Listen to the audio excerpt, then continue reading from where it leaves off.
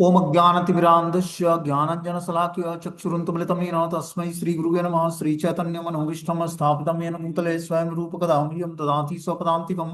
वन्देऽहं श्रीगुरु श्रीभूतपदकमलं श्रीगुरून् वैष्णवाचं श्रीरूपं साग्रजातं सगण रघुनाथान्वितं तं सजीवं साद्वैतं सावधूतं परिजनसहितं कृष्णचैतन्यदेवं श्रीराधाकृष्णपादान् सगण ललिता श्रीविशाखान्वितांश्च नित्यानंदम नमस्तुभ्यं प्रेमानंद प्रदायते कलौकल्मषस्य नाशाय जानवीपतये नमः।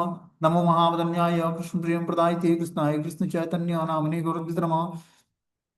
पंचतत्वात्मकं कृष्णं भक्तरूप स्वरूपकं भक्तावतारं भक्ताख्यं नमामि मुक्तिसत्यकं। हे कृष्ण करुणा सिंधु दीनबंधु जगत्पतये गोपेश गोपिका कांत राधा कांत नमस्तुते तप्त कांचन गौरांगे श्री राधे वृंदावनेश्वरी वृषभानुसुते देवी प्रणमामि हरिप्रिय। नमो विष्णुपादाय कृष्णपृष्ठाय भूतले श्रीमती भक्ति सिद्धांत सरस्वती इति नामिने श्री विष्णुभानवी देवी दयिताय कृपाब्दये कृष्ण संबंध विज्ञान दायिने प्रवीण माधुरी उज्ज्वल प्रेमाढ्य श्री रूपानुग भक्त श्री गौर करुणा शक्ति विग्रहाय नमस्ते। नमस्ते गौरवाणी श्रीमूर्तये दिनतारिणे रूपानुवृद्धाय अपसिद्धांत धांतधारिणे नमो गौर किशोराय साक्षात् वैराग्य मूर्तये विप्रलंब रसाम्बोध पादाम्बुजाय ते नमः। नमो भक्ति विनुदाय सच्चिदानंद नामिने गौर शक्ति स्वरूपाय रूपानुग्रायते गौराविर्भाव भूमस्तम निर्देशां सज्जनम प्रियं वैष्णव सार्वभौमं श्री जगन्नाथाय ते नमः। वाञ्छाकल्पतरुवक्षा कृपा सिन्धुभ्यो च पतितानां पावनेभ्यो वैष्णवेभ्यो नमो नमः। जय श्री कृष्ण चैतन्य प्रभु नित्यानंद श्री अद्वैत गदाधर श्रीवासादि श्री गौर भक्तवृंद। हरे कृष्णा कृष्ण कृष्णा हरे हरे हरे राम राम राम हरे हरे। तो आज बहुत ही शुभ दिन है। आज शिला भक्ति सिद्धांत सरस्वती गोस्वामी प्रभुपाद जी का तिरोभाव तिथि है। तो जिस तरह भगवान का दिव्य जन्म और कर्म होता है, भगवान भगवद गीता में बताते हैं कि जन्म कर्म च मे दिव्यम यो यो यो विति तत्तः तत्वा देह पुनर्जन्म नैति मामेति सोर्जुन। हे अर्जुन, जो मेरे जन्म और कर्म की दिव्य प्रकृति को जान लेता है वो शरीर त्यागने के बाद फिर से इस धराधाम पर नहीं आता है, बल्कि हमारे दिव्य धाम गोलोक वृंदावन धाम चला जाता है।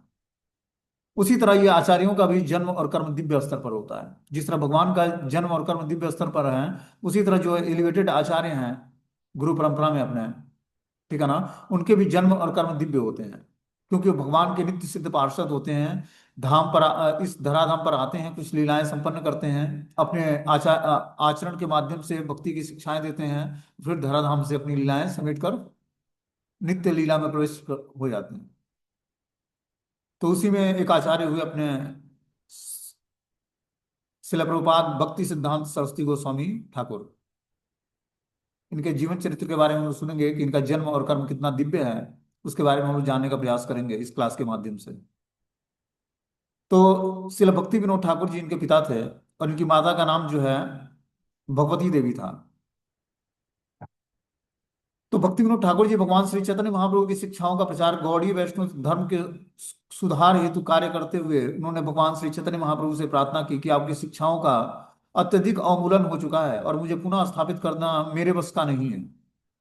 इस प्रकार उन्होंने अपने प्रचार कार्य में सहायता के लिए एक पुत्र की प्रार्थना की भगवान जगन्नाथ जी से, जगन्नाथपुरी में। पुरी में भगवान जगन्नाथ के मंदिर के निकट नारायण छत्र नामक घर में रहते हुए भक्ति विनोद ठाकुर एक प्रमुख उप न्यायाधीश के रूप में कार्यरत थे, और उन्होंने भगवान जगन्नाथ से प्रार्थना की। तब 6 फरवरी 1874 को जगन्नाथपुरी में भक्ति विनोद ठाकुर और भगवती देवी के यहाँ शिला भक्ति सिद्धांत सरस्वती गोस्वामी प्रभुपाद जी का जन्म हुआ। तो जितने भी वैष्णव थे सब सबने बोला कि आप आपके पिता की प्रार्थना का उत्तर भगवान ने दिया है कि आपका जन्म हुआ है।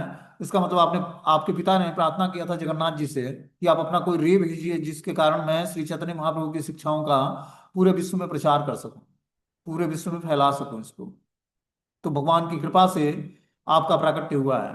उनका जन्म जब हुआ तो गर्भनाल के साथ हुआ और उनके गले में लपटी हुई थी, उनकी छाती पर ब्राह्मणों द्वारा पहनने वाले पवित्र धागे की तरह लिपटी हुई थी। तो जो गर्भनाल होता मतलब जो नाभि से नाल निकलता है, वो उनके गले में इस तरह लटका था जिस तरह ब्राह्मण अपने गले में जनेऊ धारण करते हैं।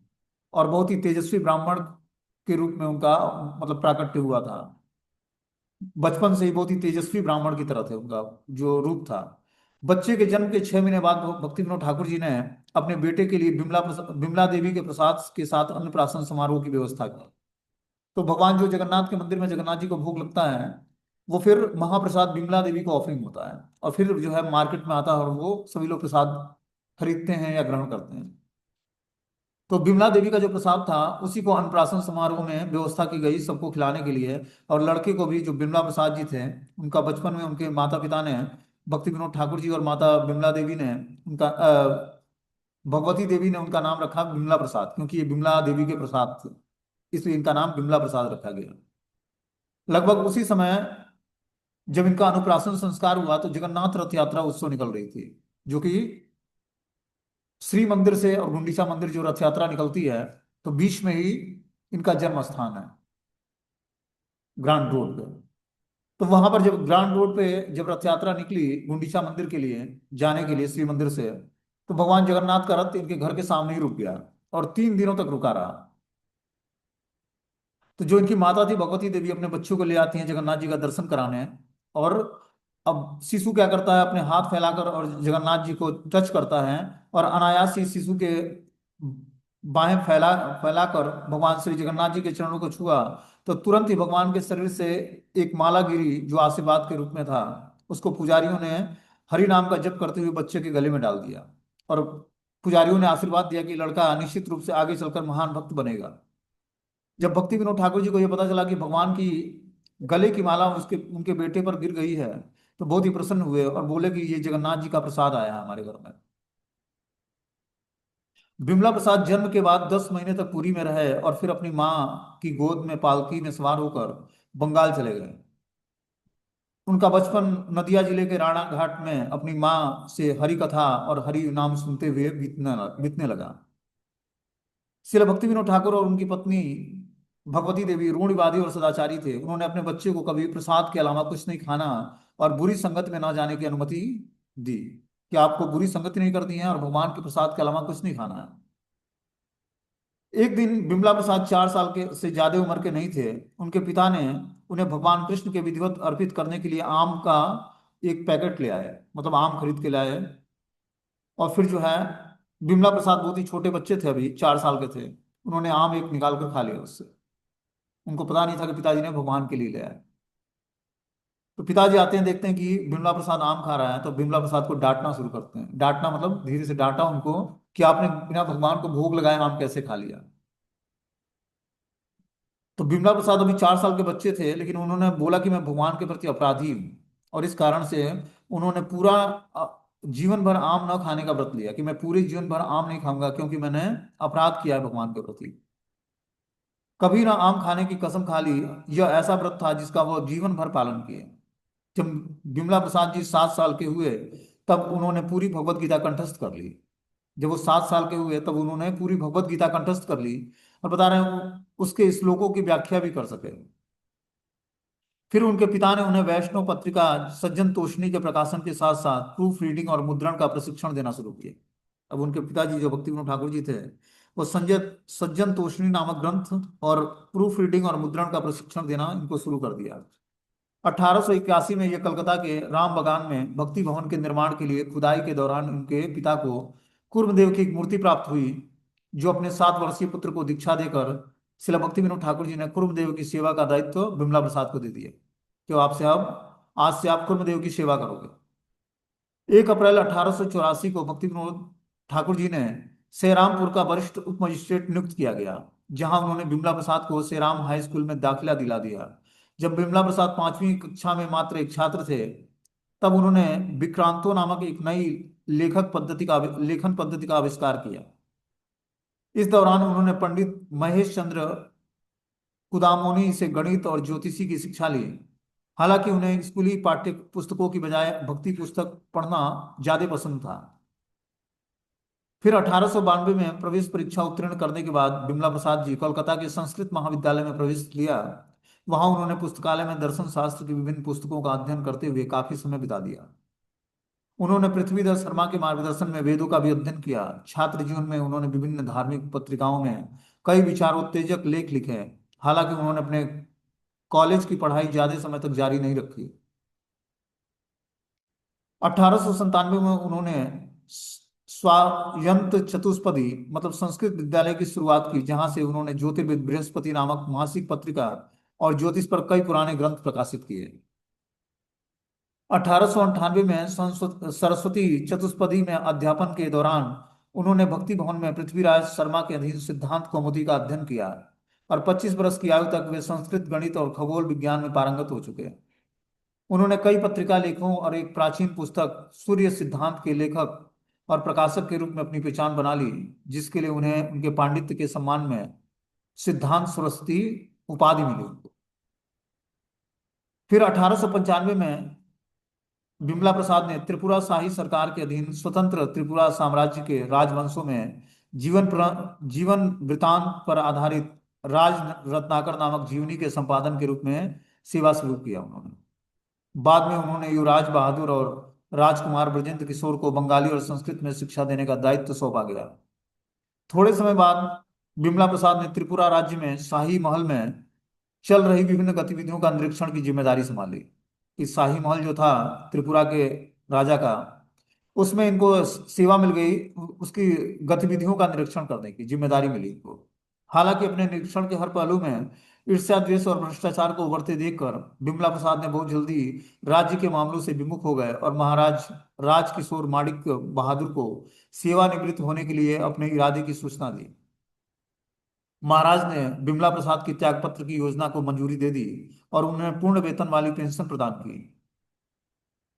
हालांकि 3 साल बाद बिमला प्रसाद ने भी अपनी पेंशन का त्याग कर दिया और अपने पिता के साथ कई तीर्थ स्थानों का भ्रमण किया और विद्वान पंडितों से प्रवचन सुना। अक्टूबर 1898 में बिमला प्रसाद भक्ति विनोद ठाकुर के साथ काशी, प्रयाग, गया और अन्य पवित्र स्थानों की तीर्थ यात्रा पर गए। काशी में रामानुज संप्रदाय के बारे में राम मिश्र शास्त्री के साथ चर्चाएं की। इस वार्ता के बाद बिमला प्रसाद के जीवन में एक नया मोड़ आया। उन्होंने त्याग की ओर झुकाव बढ़ गया और चुपचाप गुरु की खोज में निकल गए।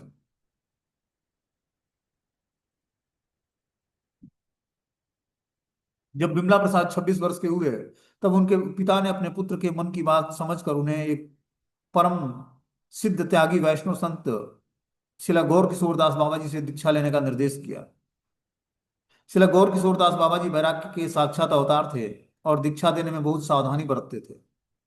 वे गंगा के तट के पास एक वृक्ष के नीचे रहते और मृत शरीर से परित्यक्त वस्त्रों को पोफिन की तरह पहनते और आमतौर पर गंगाजल में भिगोए गए सादे चावल खाते जिसमें मिर्च और नमक छिड़का होता था। इतना वैराग्य का पालन करते। कभी कभी शमशान की मिट्टी के बर्तनों का उपयोग करके उन्हें अच्छी तरह धोकर उसमें चावल पकाते और कृष्ण को भोग लगाते, फिर प्रसाद ग्रहण करते। अपने पिता की सलाह मानकर बिमला प्रसाद शिला गौर किशोरदास बाबा जी महाराज के पास जाते हैं और उनसे शिष्य बनने के लिए प्रार्थना करते हैं।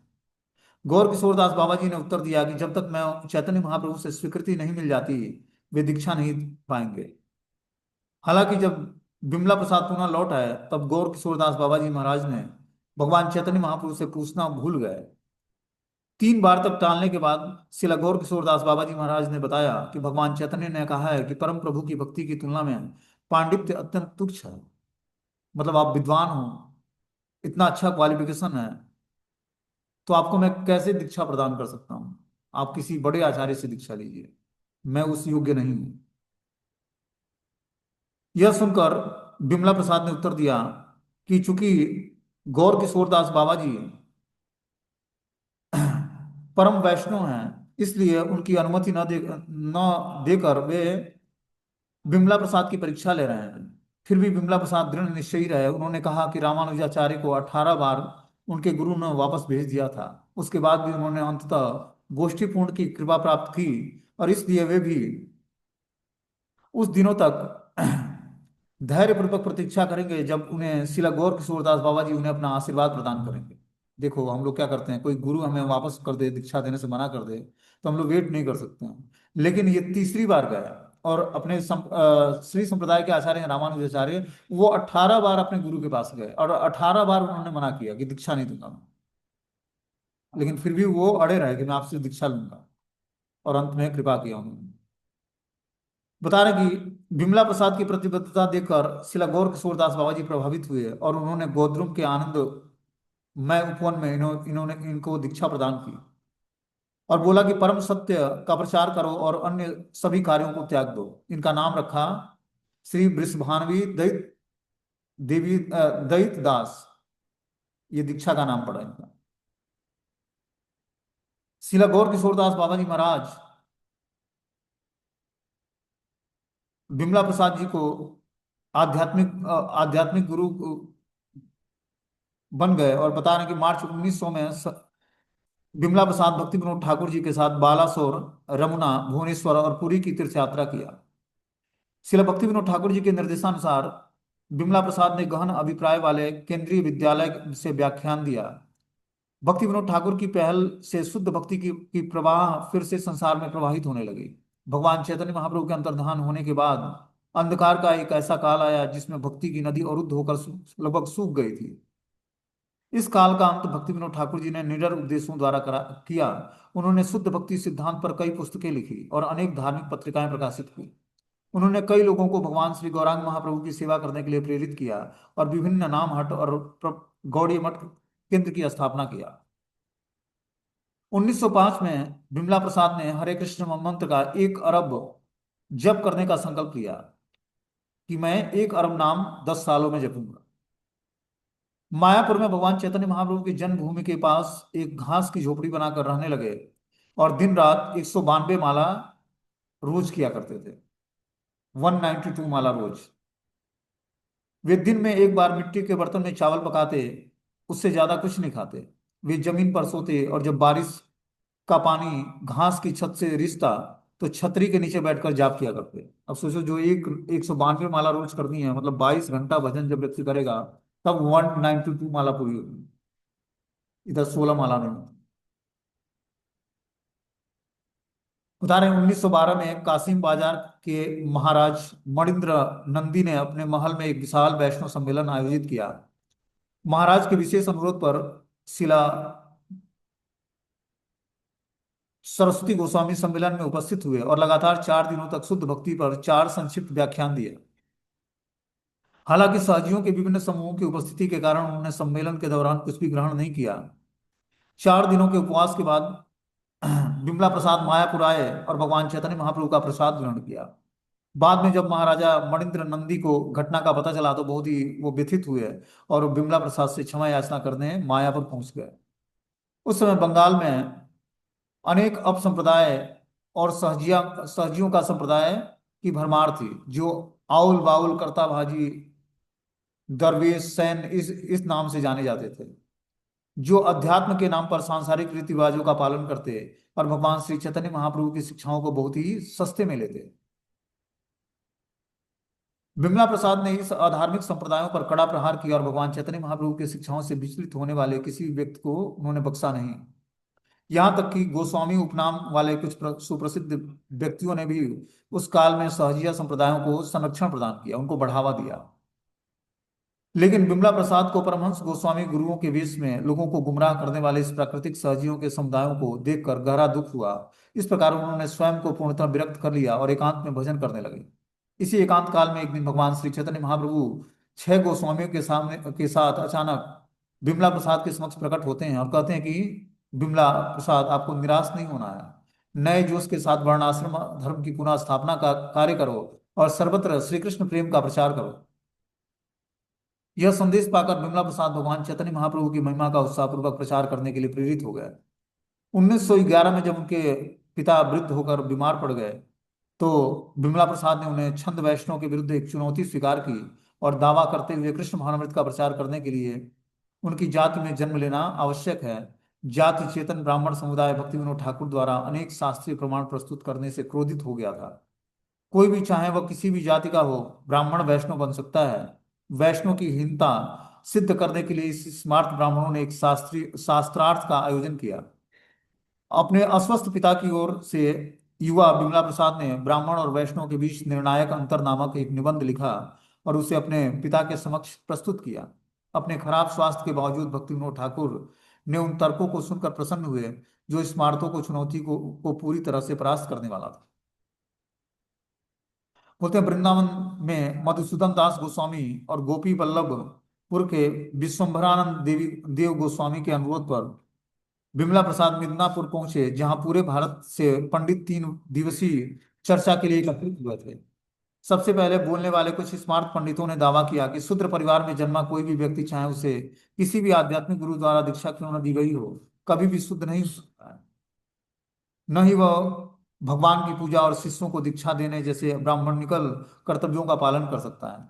अंत में बिमला प्रसाद ने अपना भाषण देना शुरू किया। उन्होंने ब्राह्मणों की महिमा का बखान किया और वैदिक संदर्भों से उद्धृत करना शुरू किया कि ब्राह्मण बहुत ही भगवान को प्रिय हैं। जब ब्राह्मणों को भोजन कराया जाता है तो भगवान संतुष्ट हो जाते हैं। इस तरह से उन्होंने ब्राह्मणों का गुणगान करना शुरू किया। इसमें स्मार्त विद्वान ब्राह्मण बहुत प्रसन्न हुए। लेकिन जब उन्होंने ब्राह्मण बनने की वास्तविक योग्यता, वैष्णव के गुण और उनके बीच में संबंध और वैदिक साहित्य के अनुसार कौन आध्यात्मिक गुरु बनने और शिष्यों को दीक्षा देने के योग्य है, इस पर जब चर्चा शुरू की तो वैष्णव विद्वेषियों का हर्ष गायब हो गया।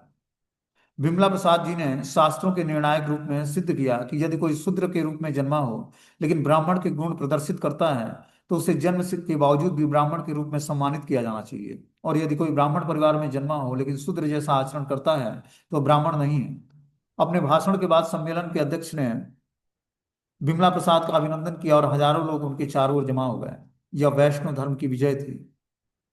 शिला भक्ति विनोद ठाकुर जी का निधन 1914 में गदाधर पंडित के तिरोभाव तिथि के दिन ही हुआ। अपने तिरोभाव होने से पहले भक्ति विनोद ठाकुर जी अपने पुत्रों को छह गोस्वामी तथा भगवान श्री चैतन्य महाप्रभु की शिक्षाओं का दूर दूर तक प्रचार करने के लिए निर्देश दिया था। उन्होंने यह भी अनुरोध किया था कि विमला प्रसाद भगवान गौरांग महाप्रभु के जन्म स्थान का विकास करें। और कुछ वर्षों बाद माता भगवती देवी भी अदृश्य हो गई, जो उनकी माता थी। अपने देहावसान से पहले उन्होंने विमला प्रसाद का हाथ पकड़कर उनसे भगवान श्री गौरांग महाप्रभु और उनके धाम की महिमा का प्रचार करने के लिए जो इनकी माता थी भगवती देवी, उन्होंने प्रार्थना किया था। अपने माता पिता के निर्देशों का अपना सर्वोच्च कर्तव्य मानते हुए विमला प्रसाद ने अत्यंत उत्साह और जोश के साथ प्रचार का यह कार्य अपने हाथों में ले लिया। अपने पिता और एक वर्ष बाद अपने आध्यात्मिक गुरु के निधन के बाद विमला प्रसाद, जो वृषभानवी दैत देवी दैत दास के नाम से इनके गुरु ने इनका नाम रखा था, भगवान श्री चैतन्य महाप्रभु के मिशन को जारी शुरू रखा और उन्होंने सज्जन तोषणी का संपादन संभाला। कृष्णानगर में भागवत प्रेस की स्थापना की। फिर 1918 में मायापुर में वे गौर किशोरदास बाबा जी के चित्र के समक्ष संन्यास दीक्षा ग्रहण किया। क्यों चित्र के समक्ष किया? क्योंकि गुरु महाराज थे नहीं इनके, और कोई ऐसा गुरु भाई भी नहीं था जो संन्यास दीक्षा दे सके। इसलिए उन्होंने गौर किशोरदास बाबा जी महाराज के तस्वीर के सामने संन्यास दीक्षा स्वीकार किया। और इस समय उन्होंने शील भक्ति सिद्धांत सरस्वती गोस्वामी महाराज की सन्यासी उपाधि धारण किया। इस नाम से वो जाने जाते हैं। तो ये उपाधि है, जो सन्यासी आचार्य होता है उनको गोस्वामी महाराज की उपाधि दी जाती है।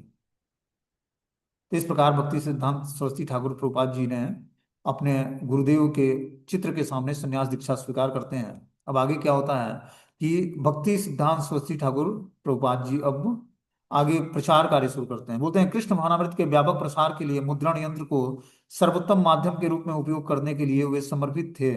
उन्होंने मुद्रण यंत्र को बृहद मृदंग, एक विशाल मृदंग के रूप में देखा। मुद्रण यंत्र मतलब प्रिंटिंग प्रेस। प्रिंटिंग प्रेस को एक विशाल मृदंग के रूप में देखा कि कीर्तन के दौरान बजने वाला मृदंग एक दो ब्लॉकों में सुनाई देता है, जबकि बृहद मृदंग जो मुद्रण यंत्र है भगवान श्री चैतन्य महाप्रभु का संदेश पूरे विश्व में फैलाएगा। रोहिणी कुमार घोष, जो कलकत्ता के उच्च न्यायालय के न्यायाधीश चंद्र माधव घोष के भतीजे थे और मूल रूप से वारिसाल के निवासी थे, ने संसार को त्यागने और हरिभजन में लीन होने का निर्णय लिया। इस उद्देश्य को ध्यान में रखते हुए वह नदिया के कुलिया ग्राम में आए, जहां उन्होंने एक बाउल का जीवन व्यतीत किया। हालांकि वे बाउल संप्रदाय में प्रचलित सेवादासियों की प्रथाओं से घृणा करते थे। एक दिन रोहिणी घोष संयोग से योग पीठ में आए और वहां पर उन्होंने शिल भक्ति सिद्धांत सरस्वती गोस्वामी महाराज का व्याख्यान सुना। इस प्रकार रोहिणी घोष भक्ति सिद्धांत सरस्वती गोस्वामी प्रभुपाद के तेजोमय स्वरूप को देखकर प्रसन्न हुए और उनके शब्दों से मोहित हो गए। उस दिन पूरा दिन उन्होंने शिल भक्ति सिद्धांत महाराज के उपदेशों को सुनने के बाद रोहिणी घोष देर रात तक कुलिया से अपने बाउल गुरु के आश्रम में लौट आए। बिना कोई प्रसाद ग्रहण किए रोहिणी घोष ने उन्हें दिन में सुनी हुई शुद्ध भक्ति के शिक्षाओं का चिंतन करते हुए विश्राम किया। रोहिणी घोष ने स्वप्न में देखा कि एक बाउल और उसकी पत्नी जो बाघ बाघिन के रूप में अपने सामने प्रकट होते देखा, जो उनको निगलने ही वाले थे। भय से कांपते हुए रोहिणी घोष ने भगवान श्री चैतन्य महाप्रभु को पुकारा। अचानक रोहिणी घोष ने पाया कि शिला भक्ति सिद्धांत सरस्वती ठाकुर जी उन्हें बाघों के चंगुल से छुड़ा लिया है। उस दिन से रोहिणी घोष ने बाउल गुरु को हमेशा के लिए छोड़ दिया और शिला भक्ति सिद्धांत सरस्वती गोस्वामी के चरणों में शरण ग्रहण कर लिया। शिला भक्ति सिद्धांत सरस्वती गोस्वामी के बड़े भाई अन्नदा प्रसाद दत्त अपने धराधाम छोड़ने से कुछ समय पहले गंभीर सिर दर्द से पीड़ित थे। अन्नदा प्रसाद दत्त ने शरीर त्यागने के दिन से कुछ दिन पहले रात भर उनके पास भक्ति सिद्धांत महाराज हरि भजन किया करते थे, जाप किया करते थे।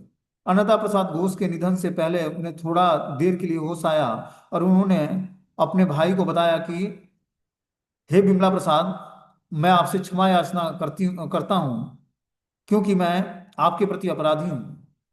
आपने हमारे समक्ष बैठकर पवित्र नाम का स्मरण करके करके हमें प्रोत्साहित किया है और उनके मस्तक पर रामानुजाचार्य संप्रदाय का तिलक अन्नदा प्रसाद घोष के माथे पर स्पष्ट रूप से दिखाई देने लगा।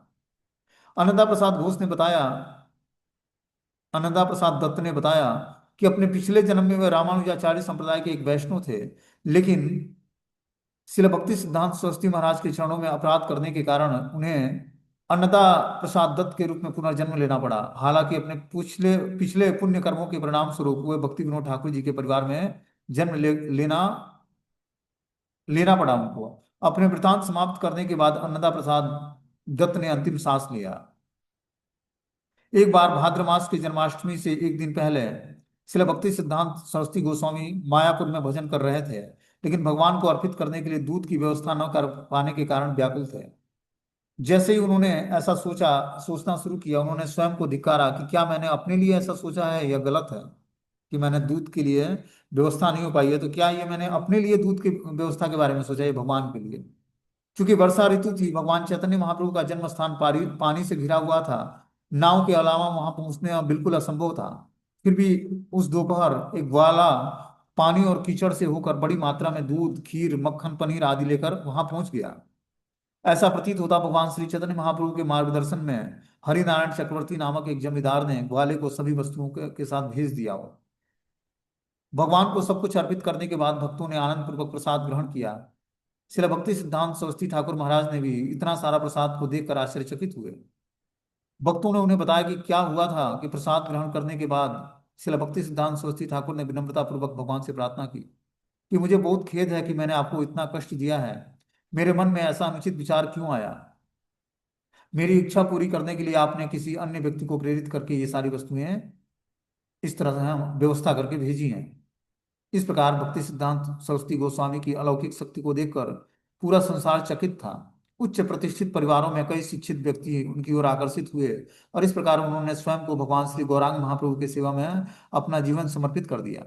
1918 से 1937 के बीच में शिला भक्ति सिद्धांत सरस्वती महाराज ने निम्नलिखित स्थानों पर 64 शुद्ध भक्ति गौड़ीय मठों की स्थापना की।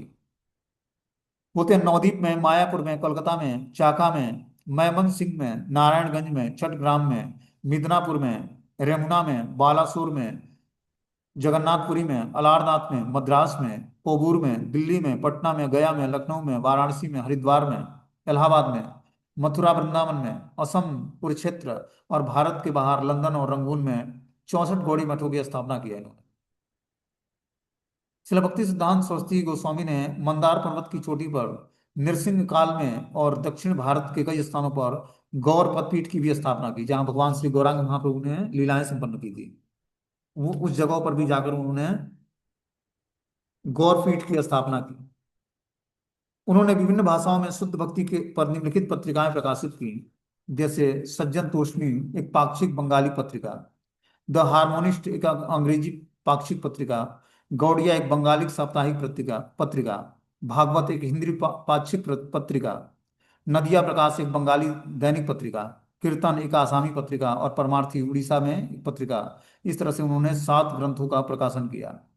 इसके अतिरिक्त उन्होंने अनेक वैष्णव ग्रंथ प्रकाशित किए। वास्तव में उन्होंने आध्यात्मिक जगत में एक नई युग का सूत्रपात किया। उन्होंने विश्व भर में भगवान श्री गौरांग महाप्रभु के संदेश का प्रचार करने के लिए सुशिक्षित त्रिदंडी सन्यासियों को नियुक्त किया। 6 वर्षों तक वे इस प्रचार कार्य का पर्यवेक्षण करते रहे। जब उन्होंने पाया कि उनका मिशन अपने लक्ष्य तक पहुंच गया है, उन्होंने भगवान श्री गौरांग महाप्रभु की शाश्वत सेवा में समर्पित होने का निश्चय किया। उन्होंने सभी वैष्णव को इन पुस्तकों को पढ़ने की सलाह दी। चैतन्य भागवत जो वृंदावन दास ठाकुर द्वारा लिखा हुआ है, 10 मूल शिक्षा जो भक्ति विनोद ठाकुर जी द्वारा लिखा है, कृष्ण भजनामृत जो नरहरि सरकार द्वारा लिखा है, प्रेम भक्ति चंद्रिका जो नरोत्तम दास ठाकुर द्वारा लिखा है, दूसरे के अनुसार प्रेम भक्ति चंद्रिका प्रार्थना जो नरोत्तम दास ठाकुर द्वारा लिखा है, उपदेशामृत रूप गोस्वामी द्वारा लिखा है, इस ग्रंथों को पढ़ने के लिए सारे सारे वैष्णव को प्रेरित करते हैं कि आप इस ग्रंथों को पढ़ो और प्रचार करो। अपने अंतर्ध्यान होने से कुछ दिन पूर्व शिला भक्ति सिद्धांत सरस्वती ठाकुर ने अपने प्रमुख शिष्यों को बुलाया और अपने सभी भक्तों पर अपना आशीर्वाद बरसाया। उन्होंने उन्हें निम्नलिखित निर्देश दिए। अत्यंत उत्साह के साथ आप लोग रूप रघुनाथ जी के संदेश का प्रचार करो। हमारा परम लक्ष्य रूप गोस्वामी के अनुयायियों के चरण कमलों की धूलि का कण बनना है। तुम सब अद्वैत ज्ञान की दिव्य सत्ता की इंद्रियों को तृप्त करने के लिए गुरु के प्रति निष्ठा में एकनिष्ठ रहो, और सैकड़ों संकट, सैकड़ों अपमान और सैकड़ों उत्पीड़न के बाद भी हरि की भक्ति मत छोड़ना। यह देखकर कि इस संसार में अधिकांश लोग कृष्ण की निष्कपट भक्ति के संदेश को स्वीकार नहीं कर रहे हैं, तुम उदासीन उत्साहहीन मत होना। कृष्ण के विषयों का गुणगान कभी मत छोड़ना। वे तुम्हारे अपने निजी भजन और तुम्हारा तुम्हारा सर्वस्व है। घास के तिनके के समान विनम्र और वृक्ष के समान सहनशील बनकर निरंतर हरि का भजन करना और मेरे दिए हुए संदेश का पूरे विश्व में प्रचार करना, इस तरह अपने शिष्यों को आदेश देते हैं। इस तरह से अब आगे हम लोग इनके तिरोभाव तिथि के बारे में सोचेंगे। बोलते हैं 1 जनवरी 1937 को प्रातः लगभग सुबह 5:30 पर शिला भक्ति सिद्धांत सरस्वती ठाकुर जी ने श्लोक से अपनी अंतर ध्यान लीला प्रकट की। भगवान की शाश्वत लीलाओं में लीन हो गए। उन्होंने अपने अंतिम दिन बाग बाजार गौड़िया मठ मायापुर में बिताया। अपने देहावसान से एक दिन पहले उन्होंने अपने प्रिय शिष्य श्रीपाद श्रीधर महाराज को शिला रूप मंजरी पद का गायन करने और अन्य शिष्यों को श्री नवीन विद्या अलंकार को शिक्षाष्टकम का पाठ करने का निर्देश दिया था। उनके दिव्य शरीर की पूजा की गई और उन्हें सड़क सड़क मार्ग से मायापुर ले जाया गया। उनके पार्थिव शरीर को ले जाते समय सब लोगों की भीड़ जमा हो गई। तत्पश्चात उन्हें श्री चैतन्य गौड़िया मठ में समाधिस्थ किया गया, जहां उन्होंने अपनी कठोर कठोर तपस्या और भजन किया था। इस तरह से भक्ति विनोद ठाकुर जी शिला भक्ति सिद्धांत सरस्वती महाराज जी अपना तिरुभाव लीला संपन्न करते हैं 1 जनवरी को सुबह 5:30 पर 1937 में। और उनकी समाधि जो है मायापुर धाम में चैतन्य गौड़ी मठ के अंदर है। तो भक्त लोग जाते हैं, दर्शन करते हैं। तो इस तरह से बता रहे हैं कि प्रसिद्ध गौड़ी वैष्णव वंश में जन्मे शिला भक्ति सिद्धांत सरस्वती ठाकुर प्रभुपाद अपने आध्यात्मिक जीवन में एक महत्वपूर्ण दौर में भगवान श्री चैतन्य महाप्रभु की शिक्षाओं को पुनर्जीवित करके महत्वपूर्ण भूमिका निभाई है। उनका जन्म, पालन पोषण, शिक्षा और अंततः एक सन्यासी के प्रतिष्ठित पद पर आसीन होना जो दिव्य और समर्पण से पूर्ण है, और उनकी उल्लेखनीय कथा से लाखों लोगों को प्रेरणा मिलती है। तो इस तरह से शिला भक्ति सिद्धांत सरस्वती ठाकुर महाराज जी का हम लोगों ने संक्षिप्त में जीवन परिचय सुना, उनकी दिव्य आध्यात्मिक लीलाओं का वर्णन सुना, और इस तरह से उन्होंने अपने जीवन को एक आध्यात्मिक पाथ पर चलाया और पूरे जीवन भर जो है दृढ़तापूर्वक भक्ति के नियमों का पालन करके भगवान श्री चैतन्य महाप्रभु की शिक्षाओं को पूरे विश्व में प्रचारित किया। और किस तरह से 10 सालों तक उन्होंने 192 माला रेगुलर भजन किया। किस तरह अपने गुरु के प्रति वो वफादार बने रहा कि गुरु महाराज ने उनको 3 बार दीक्षा देने से मना किया, लेकिन उसके बाद भी वो अपने पिता का आदेश के अनुसार उन्होंने उसी गुरु से दीक्षा लेने का निर्णय लिया, और उनकी दृढ़ता को देखकर उनके गुरु महाराज शिला गौर किशोर दास बाबा जी महाराज ने उनको दीक्षा प्रदान की। तो ये भगवान की नित्य लीलाओं में, भगवान श्री चैतन्य महाप्रभु के नित्य लीलाओं में जो है एक प्रचारक के रूप में शिला भक्ति सिद्धांत सरस्वती महाराज के रूप में पहचाने जाते हैं, कि महाप्रभु के उद्देश्य में इस मूवमेंट को आगे बढ़ाने के लिए शिला भक्ति सिद्धांत सरस्वती गोस्वामी प्रभुपाद जी के रूप में आया है। और भगवान की कृष्ण की नित्य लीलाओं में ये राधा रानी के नैन मणि मंजरी के रूप में सेवा करते हैं, राधा रानी के अनुगत्य में। तो नैन मणि मंजरी के रूप में जो राधा रानी के नेत्रों का तेज है, उन वो इन्हीं का स्वरूप है। इनका नाम है नैन मणि मंजरी। तो इस तरह से नित्य लीलाओं में भगवान श्री राधा कृष्ण के नित्य लीलाओं में एक मंजरी के रूप में सेवा करते हैं। इतने महान आचार्य अपने संप्रदाय के, जिनका आज तिरुभाव तिथि है, तो आज के दिन हमें उनसे प्रार्थना करनी चाहिए, उनसे कृपा की याचना करनी चाहिए, और उन्हें स्मरण करके उनसे कृपा की याचना भी करनी चाहिए, और उनसे प्रार्थना करनी चाहिए कि जिस तरह आपने अपने गुरु का आदेश पालन किया और दृढ़तापूर्वक भक्ति के सिद्धांतों को पूरे विश्व में स्थापित किया, तो उसका कुछ अंश हमें भी प्रदान करें, जिससे हम लोग भी आपके इस चलाए हुए मूवमेंट में हम लोग भी कुछ सेवा कर सकें। तो ऐसे आचार्यों की जब हम पर कृपा होती है, तो हम लोग भी कुछ चैतन्य महाप्रभु की इस मूवमेंट में कुछ सेवा कर सकते हैं। ठीक है ना। आचार्यों के तिरुभाव और आविर्भाव तिथि पर जब हम उपवास रखकर उनका स्मरण करते हैं, उनको पुष्पांजलि अर्पित करते हैं, उनसे कृपा की याचना करते हैं, तो निश्चित रूप से वैष्णव कृपालु होते हैं, और ऐसे वैष्णव आचार्य हम पर कृपा करेंगे, तभी हम लोग भक्तिमय जीवन में आगे बढ़ेंगे। जैसे होता ना कि पिता कृपालु होते हैं, लेकिन पिता के पिता और कृपालु होते हैं। ठीक है ना, दादाजी। और दादाजी के पिताजी और कृपालु हैं। मतलब जितना ही पुष्ट बढ़ता जाएगा उतना ही कृपालुता बढ़ती जाएगी।